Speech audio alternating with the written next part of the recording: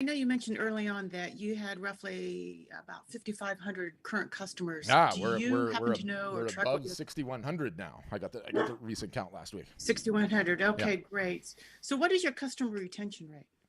Or do I you would have that say information? Because I'm as benchmarked against like normal SaaS software as a service, it is so insanely yep. high that it almost doesn't even make sense. And that's number one. Number two, the like software companies, which we're not totally a software company, we're part software, part education, but most companies rely on a scoring solution called NPS, Net Promoter Score, and we have one of the highest NPS Mm-hmm. scores out there. Period. So I think it speaks to the quality of our product. But I would also say like one of the things that we did that was really really smart is we make you sign up for a year, and in some cases 3 years, and in some cases 5 years. In some packages they're like 7 years and 10 years. And what you find is like as a result of those people signing up for those bigger plans and those bigger commitments, they don't quit. They don't treat it like a New Year's resolution, right?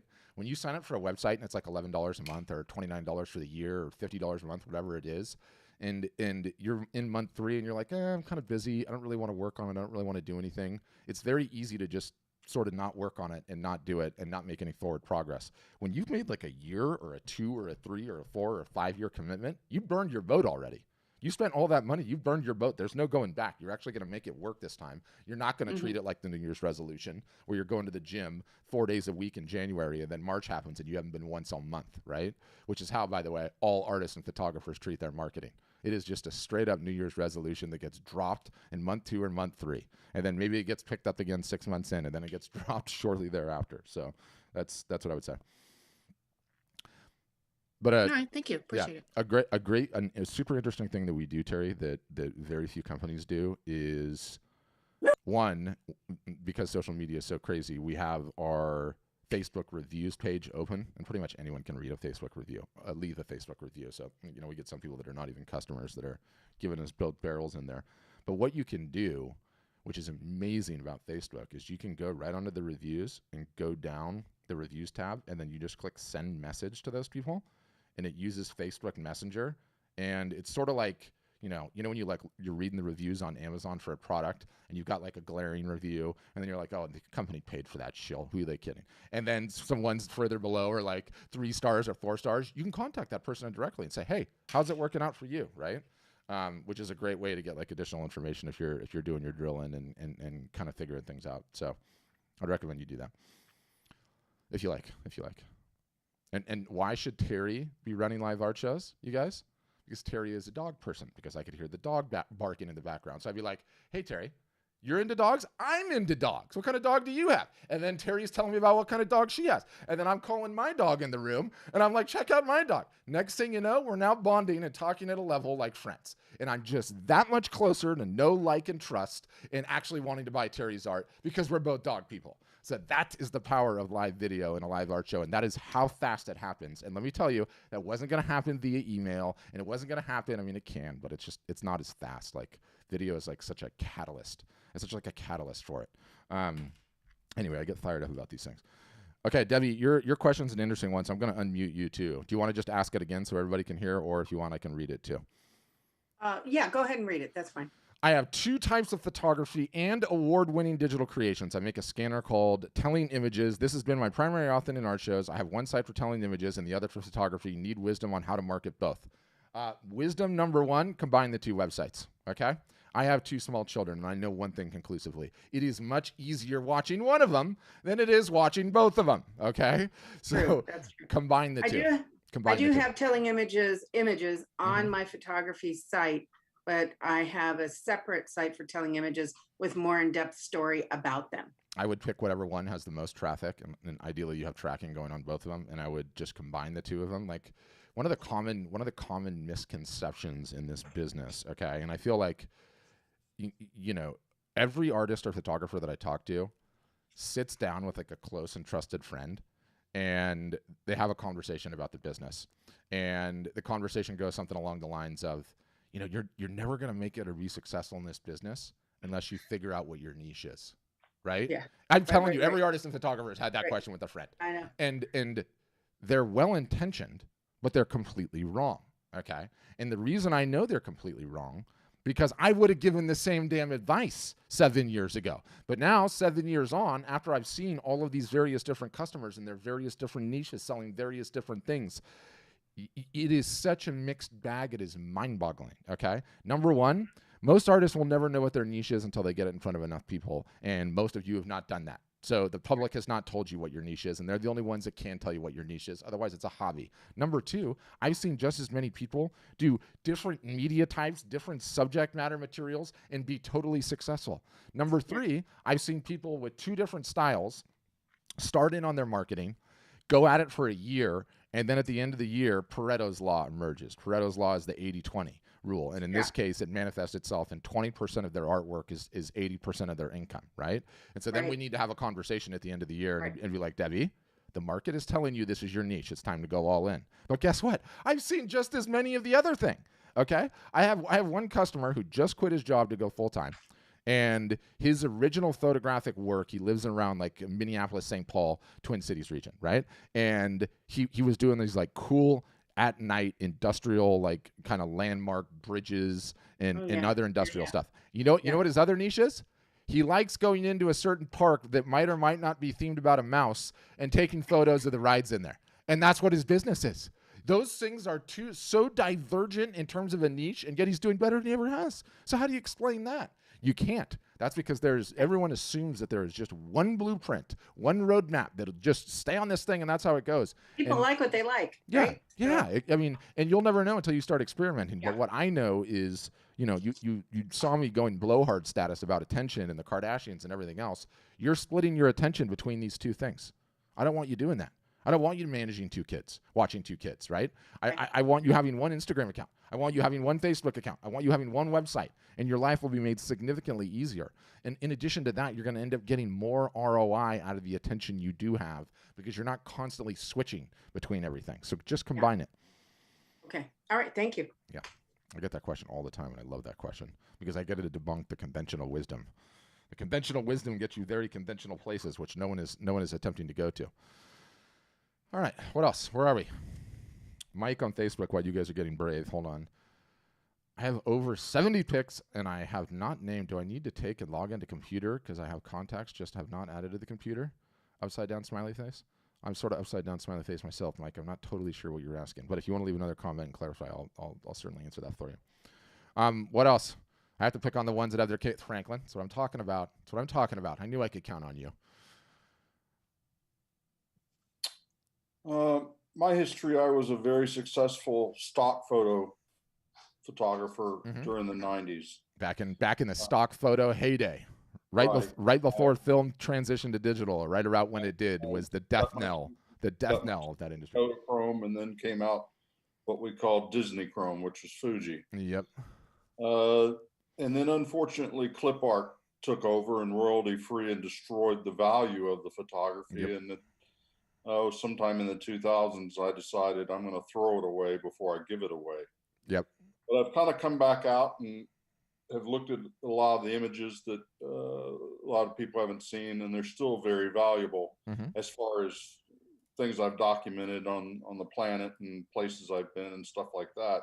Yeah. So I've got a couple of things. One is, there was a time where I knew all the editors at National Geographic World where I shot, and Terre Sauvage and German JO, and I had their FedEx account numbers and had all that stuff. So that was my list. Yeah. Now I don't have a list. Yeah. So it's kind of daunting to hear, create a list. And yes, my website over the last 10, 15 years has been nothing more than a glorified business card. Yep. I understand that. And so it's building this list to even launch and get off the ground. I know I have the images. It's just, everything is marketing. My ex-wife was the youngest marketing manager IBM ever had, and that was what it was all about, was marketing. So that's where I'm kind of looking at this, is how to build this list from not just being, my friends, my family, my friends are going to buy a couple of pieces of something just to help me go or something. No, it's got to be broader and bigger than that. First marketing campaign results are in. We received 113 new emails, and after we contacted the winner of the 12 by 15 metal art print and gave her a perk of 30% off any prints off the website, she was so appreciative and ended up purchasing 8 more prints, subtotaling $448. That's one marketing initiative within 1 week of this guy signing up. Once you learn the basic tenets and facets of marketing, primarily, especially when it comes down to lead generation, especially early on, is when you start doing print giveaways, in which the incentive to enter the print giveaway is to give up an email address. You can have a several thousand person email list within a year. Some people do it in 6 months. Some people phone it in and it takes a couple of years, but you can get a very significant list very quickly. Then my second question is, I was one of the last learners of Fortran back in the late 70s. So all this digital stuff, it's like, it's still somewhat of a new thing. And I understand, because I shot video and stuff like that, the live video shows and stuff. But there's also a part where, do you really have to physically have something in your hands? Yes. And this may be the nuts and bolts things. I'm asking too technical. No. You were asking an incredible question.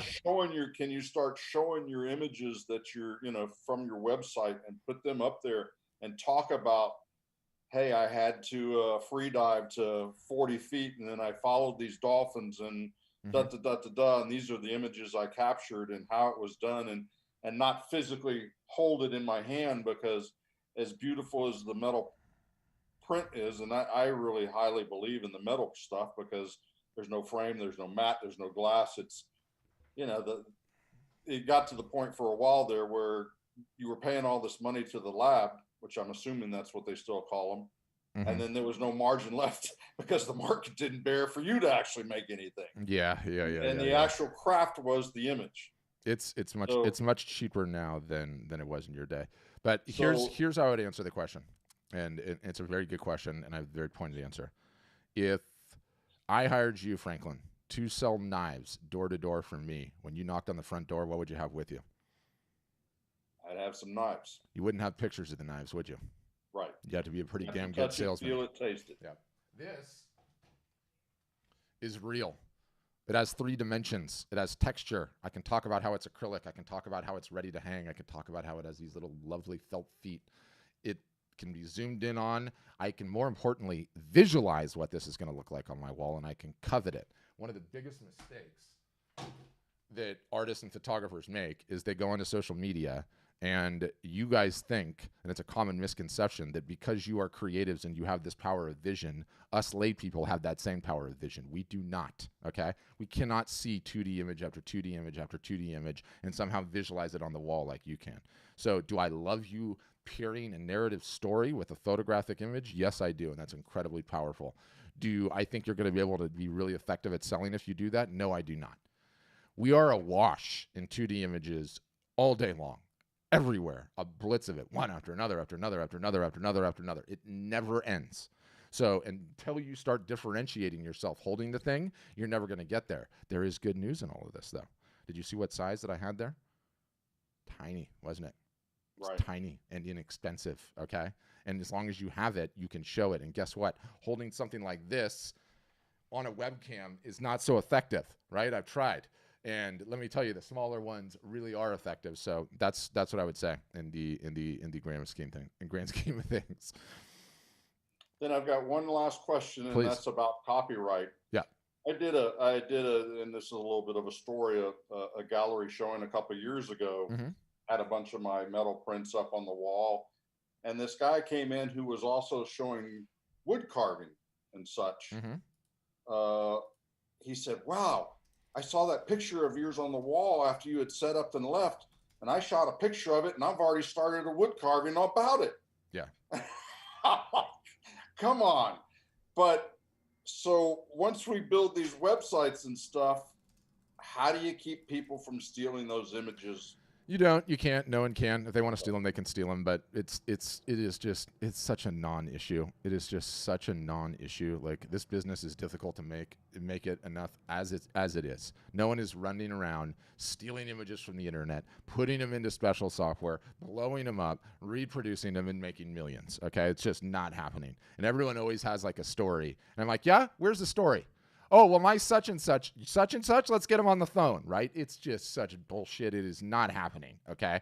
It is not happening. All it is an excuse to treat your marketing like the aforementioned New Year's resolution gym membership, okay? Doesn't happen. And the only other thing I could say is if it did happen, even then, you don't have a whole heck of a lot you can do. You can go after somebody financially with a lawyer, but unless they're making a ton of money, which they won't be, it is just not a concern. You have 99 problems, and that is not one. Okay. Yeah. See? One less thing to worry about, Franklin. That's what I'm talking about. One less thing to worry about. But your archive could be powerful. It's just you have to market it, and you have to get eyeballs to it, right? That's the ball game.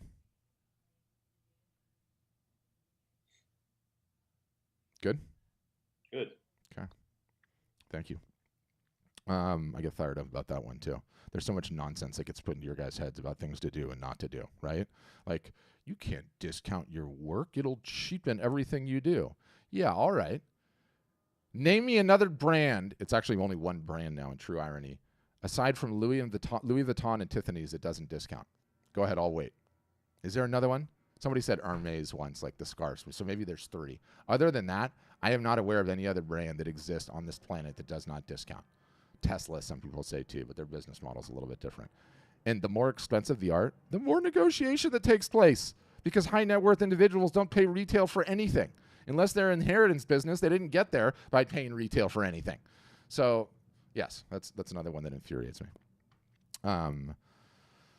Yes, Dick, we do. You know, if you get on here, you're hosted with us. We host it, and we worry about all of that. Jazz, he was just asking, do we have a web hosting platform? But who else, guys? Questions? Leslie, John, Alex, Johnny, Sophie. All right, Alex has got one. I have to pick on the ones with the cameras because you guys are brave. I know it's sort of like you're being awesome to have your camera on, and then I'm picking on you. It's not very fun. But Alex, to unmute, you just need to hit the mic icon in the bottom left-hand corner. Gotcha. I'm new at this thing. All good. Thank you for having me. Yeah, my pleasure. I'm new at this thing, but I've been trying to sell my artwork because I've been doing a lot of art that I'm trying to get it out there. But occasionally I would sell them, but not everything that I wanted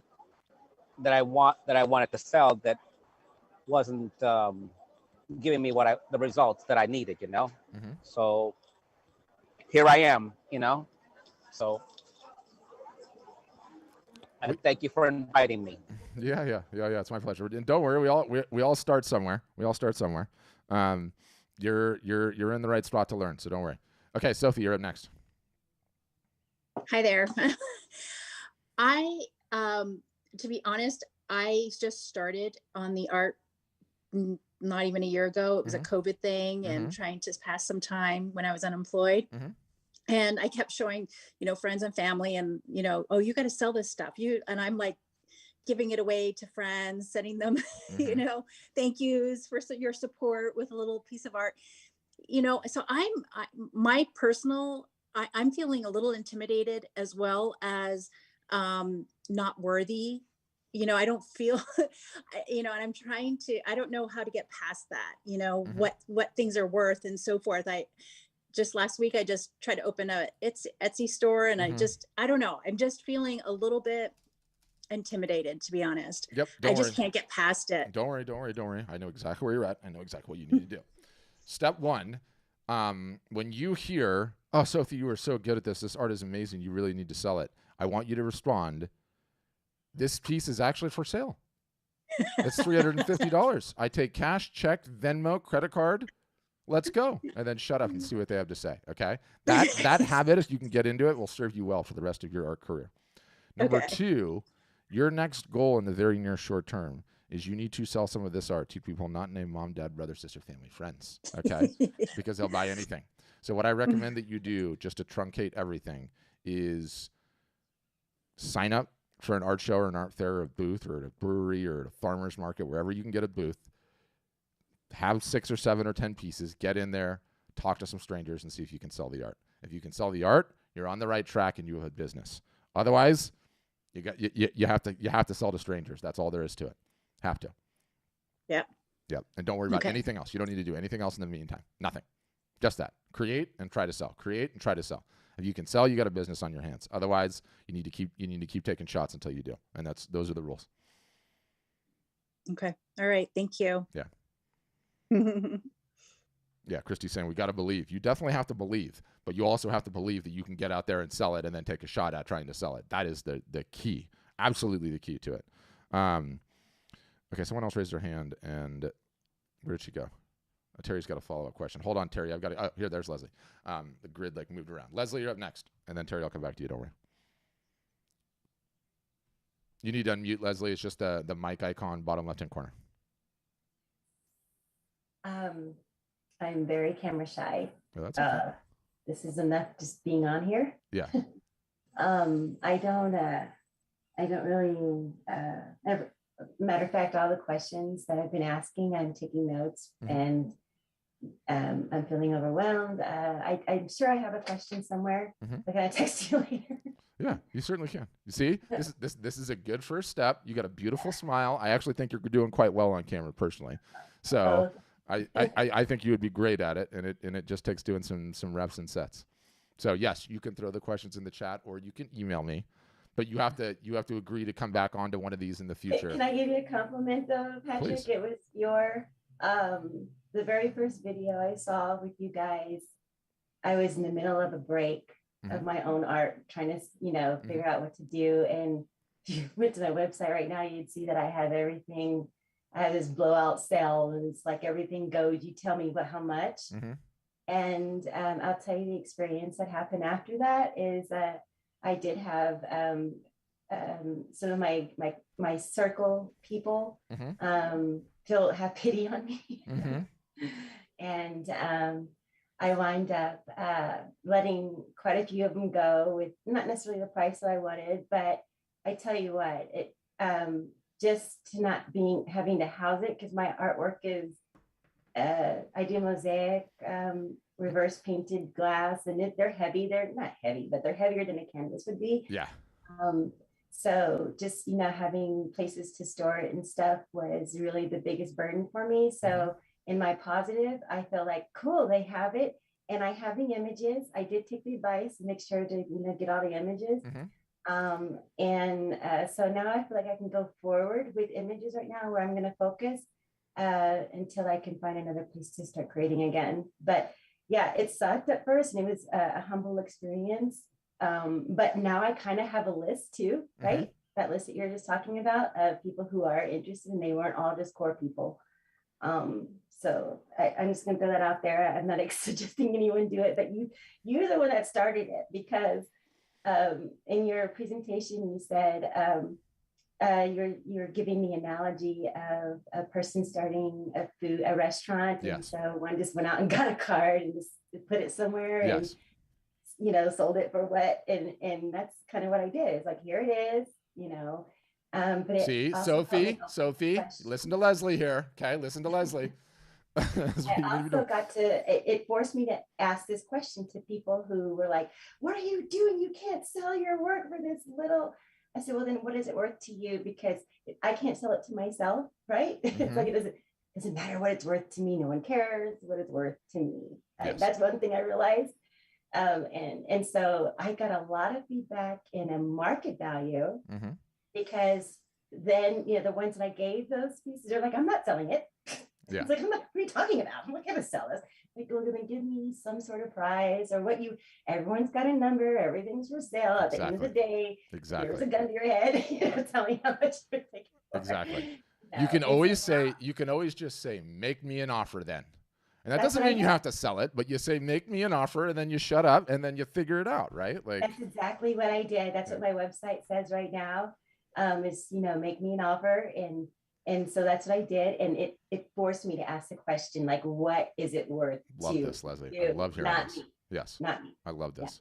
Yeah. Earlier, Picasso was getting interviewed, and he was sort of in the tail end of his career, the peak of his success, you could say. And he was getting interviewed by a guy who was a sketch artist. And he goes, what advice would you give me? And Picasso said to him, early on, my drawings did not command high prices, but they sold. Your art must go out into the world. And it's so true, right? It's so true. You got to get it moving. You got, and again, I'm looking at Sophie. You got to get it moving. You got to get it out there, right? And you got to be creating more of it. And that's how you get better. Oh no, you muted yourself, Leslie. I think you somehow accidentally hit the mic icon. I'm gonna do it again. Click the microphone icon one more time. Out of the whole thing, I got a dollar market, which is kind of like sad, but then I also got a market value as well for each piece. And so now I'm working on that list and putting that, you know, what responsible artists, I also learned that have paper trails, art that has paper trail has more value. That's what I learned. Yeah, that's mostly nonsense. Oh, it's nonsense? Yeah, it's mostly nonsense. Okay, explain that to me. So I'm advocating you keep a paper trail in as much as you know who your collectors are, okay? And so you can market to your collectors in the future. The assumption that by somehow having a paper trail on the artwork, that everyone's going to know where it is and it's going to establish a chain of custody and that the work is going to appreciate over time, that happens for so few artists. Like the stats are crazy. In fact, one of the things I want you guys to listen to is, I'm going to put it in the show notes. I'm pretty sure it's already in the show notes. Let me get to the show notes. Oh, it's not in this one. I don't think it's in this one. Is it in this one? April, it's not in this one. Freakonomics is a book, okay? And these guys are brilliant economists, and they like study the data and come up with all these like crazy conclusions, okay? They have a podcast. And it's not like a ha podcast. Like these guys spend $15,000, $20,000 an episode, and they did a 3-part series on, thank you, April. Now I've got it. They did a 3-part series on the art market, right? And all of these gallery guys, the top gallerists in the world, and a whole bunch of people studying what's going on in the top gallerists, and there's 3 of them. These things it's such a good listen. And they're finding that was like for 99% of the artists, the pieces never appreciate in value. They just don't. They just don't. And those are just the truths. So you might be in that 1%, but that's sort of like me making it to European soccer leagues, right? I might be decent, but I know it's not in the cards for me, and I'm not going to spend a ton of time stressing about it. So I wouldn't worry about it. Keep information on your collector list and leave it at that. Good. Okay, Terry had another one. And just to drive home, just to really drive home my point, Terry, and because I think this will be hilarious, give me 1 second and watch. Yeah. Watch that. Higgins. Come here.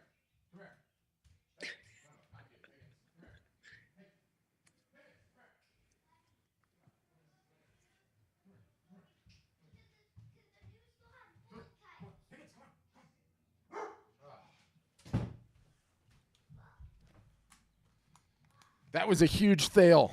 The minute I started yelling at him, he thought, get outside. And then my son's home from spring break. That was a total disaster. So I was going to show you my dog, Terry. I have an 80-pound sheepadoodle that doesn't look so different than yours. So anyway. Oh, how cute. Yeah. I heard him. Nice.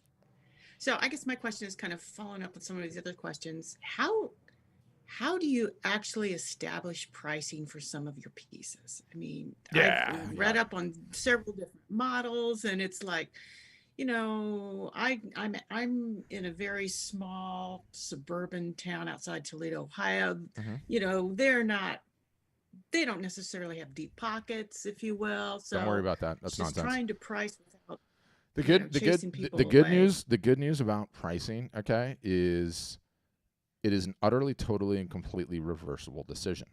Okay. And when we look at our businesses, we have to always ask ourselves, is this a reversible decision or an irreversible decision? If it's reversible, then waste no less than 30 seconds deciding. You could throw darts on a dartboard for all I care, because you can raise the prices and lower the prices at any point in time. Now that's on originals. Okay. On prints, we recommend a 250% markup relative to your cost. And what that does is it gives you the flexibility to be able to have sales from time to time and not destroy your margins, right? Because if you have a 250% markup and you do 20% off or 15% off, then you're not chewing into your margins all that bad. And you can raise or lower the prices whenever you want with zero downside. It does not matter. More often than not, what I see is artists terrified and petrified to raise their prices. And so you need to do that too. Like, You know, one of the most important things where artists screw up all the time is not understanding the way of the world. And the way of the world is, I usually have a pen, but again, I have small children in my house right now that steal everything. Everyone's followers.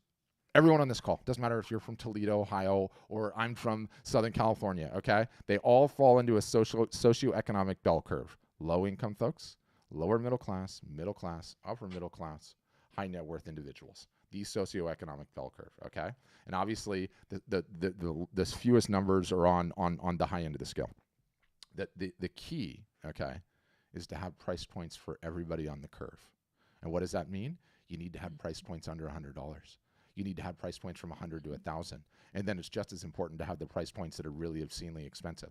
Like I will tell my customers, like, what do you price your originals at? Oh, 2,500 to 3,000. Okay, well, wonderful. I want something in the store for 15 grand or 20 grand. It's just as important to have one up there as it is at the low end of the thing. And once you study enough data and you understand the store, I don't even want to call it an art business because I want to take your mind off of it. The store will do much better financially if it has price points for all those folks, okay?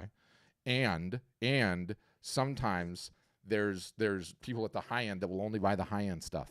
And then in the middle is easy. And then at the low end, you know, they might be living in their mom's basement and love what you're doing. Or they might be in low-income housing in Toledo, but you have a tote bag because you're also selling merchandise, or you have a coffee cup, and then I buy a coffee cup. And then guess what? 4 years later, Terry, I'm out of my mom's basement. I have a dog in my own house, and I'm ready to buy an original. The only reason you got that sale is because I've been drinking my coffee and staring at your work every day for the last 4 years, okay? That sale doesn't happen. That sale doesn't happen unless you have a price for them right there. So it's one of the things that we teach. It's one of the things that we get you set up on. It's very easy to raise the prices at any point in time. Very, very easy. Okay, thanks. Yeah. And on a future episode, I promise I'll get my dog on here. You know, you can tell he's really obedient because he was trained by me. And let me tell you, no dog trainer. But he's black and white. He looks just like yours. Okay. Yeah, that was a good question. Ooh, I like this question too. This is from socials, but I'll read it. My subscribers are more fan than buyers. I need to have buying subscribers. How do I do that? One, you need to take the same advice that I gave Sophie, which is when they tell you the work is beautiful, say, exactly, and it's for sale. Make me an offer, right? And shut up and see whether or not you can sell it. You take cash, check, Venmo, personal delivery, all of the above. If you don't have buyers, it's one of two problems. It's either A, you haven't gotten the work in front of enough people, or B, the work is not good enough to sell, and you need to try something different. And that's another one of the biggest misconceptions that you guys have ever been taught. Pablo Picasso, when he died, had 45,000 unsold works in his inventory. 45,000. You know what Pablo Picasso knew? Becoming a successful artist is actually the game of archery. It matters how many arrows you fire at the target. What so many artists and photographers do is they say, this is my arrow. This is what I love. This is actually a tiny screwdriver. This is my arrow. This is what I love doing. This is what inspires me. This is what I feel creative, fantastic. And they pull the bowstring back and they fire it at the target. And guess what? It completely misses the target. And you know what they do? I guess I'm just not good enough. I should have listened to my mom. This is always just going to be a hobby. People maybe are just not buying. Or Terry, I live in a low-income town, okay? It's all bullshit. It comes down to how many arrows you fire at the target. And all the biggest and most successful artists just knew this intuitively. So you fired an arrow, and it went into the neighbor's yard, get another one, and fire again. You're not going to hit a bullseye in your first time. You have to give yourself the permission to constantly be trying out new things, and you have to be taking the new things to the market and attempting to sell them. And if they don't sell, okay, Stephanie, if you feel like you know, how are you going to get collectors? You're actually going to get buyers and collectors from getting a product that's good enough to market. And you might not have it, or you might not got it in front of enough eyeballs. You won't know until you start working on your marketing. I'm passionate about that one too. I'm passionate about all kinds of things today. Gotta be honest with you. I'm in a good mood for a Wednesday, which is surprising. Who else, guys? Questions? Oh, so Alex left a question. How can I get my work on the market so I can convince potential clients what I'm good at and giving them their money's worth? Yeah, the same advice to you, Alex, is that goes to Sophie. Like, you need to get a booth at a local fair or show, okay? Put the deposit down and you're committed. And then send me an email and say, Patrick, I'm committed. Send me the receipt, okay? I will put Sophie or Alex, you can email me directly I will put $25 cash down to either of your booth fees.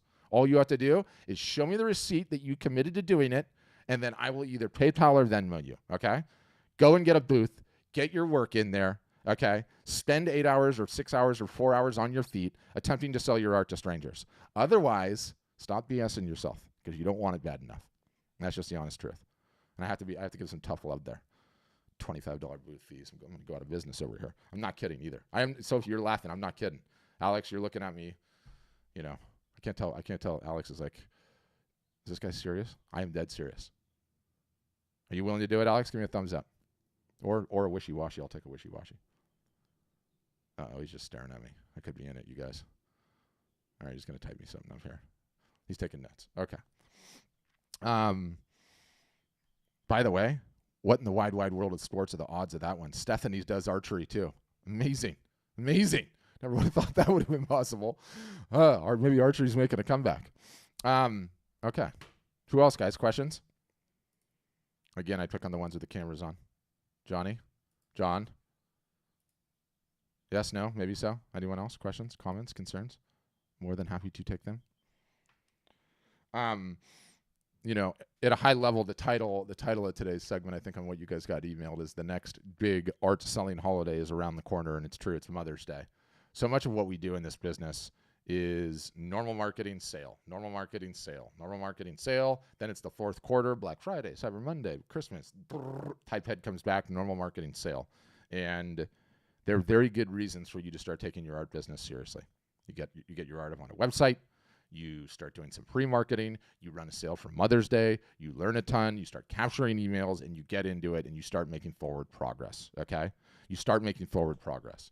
So it's an important time. There's still time for you to get up, running, and ready in time for Mother's Day, and we'll teach you how to do all of it. We can teach you how to do all of it. So if what I'm talking about piqued your interest, okay, except for you, Sophie and Alex, who are going to get off this call immediately and find booths, you should get a demo. The demo is our test ride process. It's a 1-hour Zoom session, and they'll walk you through all the bells and whistles of the software, all the ins and outs, all the packages, all the marketing, all the education, all the everything that we do. And it'll give you a good idea if you think we're the right fit for you. If we are, wonderful. If not, don't worry. They will not call you again. And just subscribe to the podcast because we put out a ton of good information on the podcast. It's totally free. It's totally up to date, and all of the above. And, Sophie, it will teach you what to do in that booth, okay? It will teach you what to do in that booth, i.e. have a print to give away, i.e. capture email addresses, i.e. email the email addresses after the fact, and that's how you do it, and that's extremely effective. And I have a podcasting episode in there. And so the link's in the chat, and I'm going to email it to you. So that's what I would say. Keep an eye on that. Take a look at that. Other than that, I'm going to email you guys the replay in a little bit. Definitely go through that live art show guide, and yeah, other than that, appreciate you guys. Hope to see you on the inside or on a future episode, and have a great rest of your days. And I thought you were just fine on video, Leslie. Come on to another one. Come on to another one. We'll get you 7 or 8 times on here, and I'm telling you, you'll get over it, and you'll be like, actually, it wasn't that bad. Sometime later this afternoon, you'll be like, it wasn't even that bad. It was actually okay. You know, we don't need hair. We don't need makeup. We all live in normal houses. We all have weird things going on, and nobody cares. It's all just normal. So we got to just get on with it because that's how we market today's day and age. But I appreciate you.